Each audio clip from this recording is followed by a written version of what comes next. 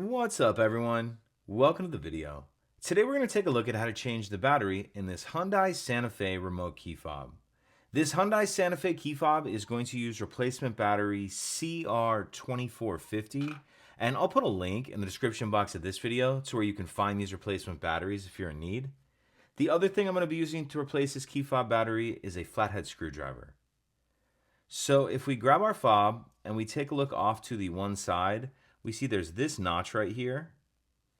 So what I'm going to do is take my screwdriver, put it in that notch, make sure it's all the way pushed in, then I'm just going to twist the screwdriver like I'm opening a lock with a key.